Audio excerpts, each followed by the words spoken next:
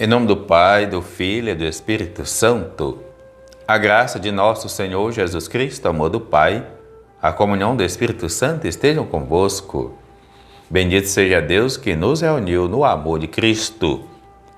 E vamos hoje à nossa formação litúrgica. Você já adquiriu a introdução do Missal Romano, como também do lecionário? Veja, deve ter aí na sua paróquia. Hoje nós vamos ler 4 parágrafos pequenos, a distribuição das funções e preparação da celebração. Na época, certamente ninguém nem imaginava que muitas dessas coisas em algum momento seriam feitas pelo WhatsApp. E o mesmo sacerdote deve exercer a função presidencial sempre em todas as suas partes, com exceção daquelas que são próprias da missa com a presença do bispo. Pode ter quantos sacerdotes, mas alguém tem que presidir aquela celebração, a não ser que, tendo o bispo, obviamente, crisma, por exemplo, indiscutivelmente, compete ao bispo. Outras celebrações, o bispo pode ser o presidente ou ele pode também concelebrar. Achando-se presente várias pessoas aptas a exercer o mesmo ministério, nada impede que distribua entre si e exerça as diversas partes do mesmo ministério ou ofício. Por exemplo, um diácono pode ser destinado a proferir partes cantadas e outro ao ministério do altar. Havendo várias leituras, é bom que sejam distribuídas entre diversas leituras e assim por diante. Mas não convém, de modo algum, que várias pessoas dividam entre si um único elemento da celebração. Por exemplo, a mesma leitura é feita por 2, um após o outro, a não ser que se trate da paixão do Senhor. Entendido, gente?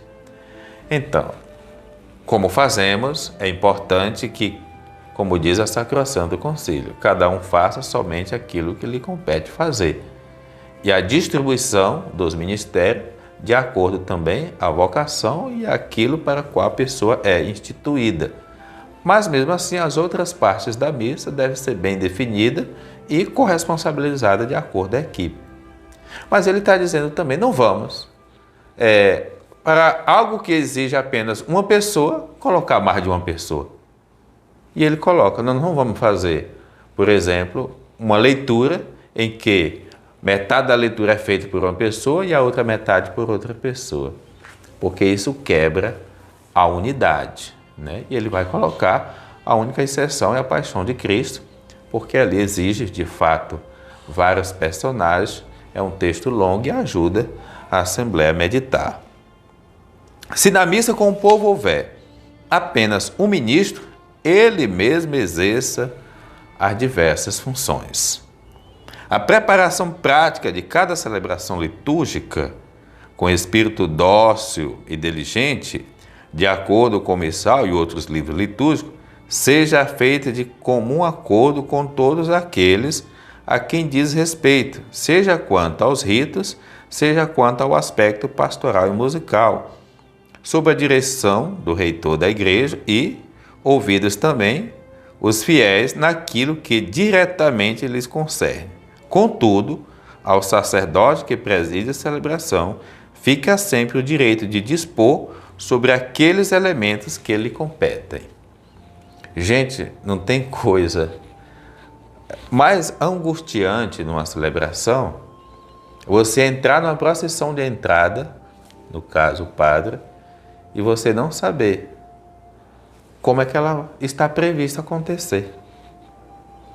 Você entra ali e, meu Deus, estamos no canto de entrada, mas será como é que vai ser o perdão? Como é que vai ser o glória? E se vai ser cantado, qual vai ser cantado? Ou vai ser aspersão? Vai ser rezado, qual vai ser rezado? E as preces, como é que elas vão ser feitas? Então, assim, nós não podemos brincar com o mistério de Deus. e nem exigir do Espírito Santo aquilo que nós não nos dispomos a fazer. Então, além de ter a prévia preparação, ter a vivência e ter a comunicação, para que, socializando aquilo que nós vamos propor à comunidade, isso deveria ser feito no mínimo 8 dias antes, e não minutos antes, ou segundos antes, ou de jeito nenhum, para que a gente vá com segurança, a gente vá com o coração aberto e a gente celebre com a liberdade de espírito que a liturgia exige para que, de fato, o mistério pascal possa ser absorvido pela nossa espiritualidade. Liturgia é vida. O Senhor nos abençoe, o Pai, o Filho, o Espírito Santo. Amém. Tua palavra é luz no meu caminho, meu Deus, tua palavra.